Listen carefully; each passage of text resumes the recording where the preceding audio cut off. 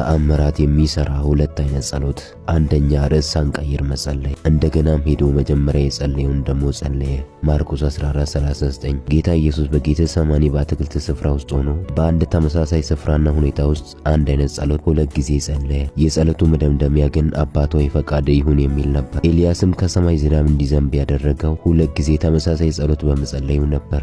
እናም በጸሎታችሁ ተስፋ ሳትቆርጡ ካላችሁበት ሁኔታ ውስጥ እስክትወጡ ድረስ ርዕስ ሳትቀይሩ ጸልዩ። ሁለተኛ የምስጋና ጸሎት። 5 እንጀራና 2 ዓሣ ይዞ ዓይኑን ወደ ሰማይ በማቅናት አመስግኖ ባርኮ እንጀራውን ቆረሰ፣ ለደቀ መዛሙርቱም ሰጠ። እነርሱም ለሕዝቡ ሰጡ። ሁሉም በልተው ጠገቡ። ከዚያም ደቀ መዛሙርቱ የተረፈውን ቁርስራሽ 12 መሶብ ሙሉ አነሱ። ማርቆስ ወንጌል ምዕራፍ 14 ከ19-20። ጌታ ኢየሱስ በዚህ ምዕራፍ ይህን ተአምራት ያደረገው ትንሹን ነገር ይዞ ትልቁን እግዚአብሔርን በማመስገኑ ነበር። እንደገናም ጌታ አልዓዛርን ከሙታን ሲያስነሳው የጸለየው ጸሎት የምስጋና ጸሎት ነበር። ስለዚህ ጸሎታችን በብዛት የምስጋና